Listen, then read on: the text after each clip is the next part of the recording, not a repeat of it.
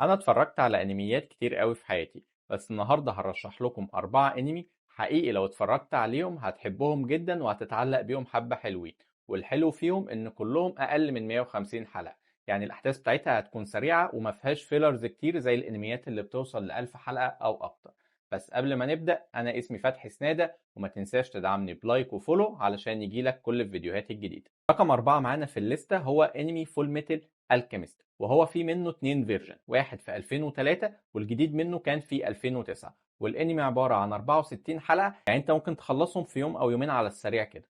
والانمي تقييمه 9.1 على موقع اي ام دي بي، اللي انا واحد بيثق في التقييمات بتاعته الصراحة. والانمي القصة بتاعته من غير محرق ان هما 2 اخوات بيحاولوا تاني يرجعوا للاجسام بتاعتهم، بس حقيقي واحد من الانميات اللي هيأثر فيك جامد جدا. ولو انت شفت الانمي ده قولي رأيك ايه في الكومنتات في الانمي. رقم 3 معانا واللي انا ما ينفعش ما احطوش في القايمه دي هو انمي ديس نوت او مذكره الموت. الانمي ده واحد من التحف الفنيه اللي انت فعليا لازم تتفرج عليه. الانمي انتج سنه 2006 وهو عباره عن 37 حلقه بس، يعني انت تقدر تخلصه في قعده واحده فعليا. والانمي التقييم بتاعه 8.9 على موقع اي ام دي بي، وحقيقي الاحداث بتاعته حلوه جدا، هتشدك من اول حلقه لاخر حلقه. لو شفت الانمي ما تنساش تقول لي رايك ايه في الكومنتات في ديس نوت.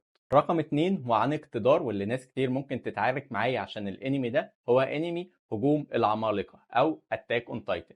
انمي حقيقي حلو جدا، ولو انت ما اتفرجتش عليه فانت فايتك تحفة فنية، وابدأ اتفرج عليه.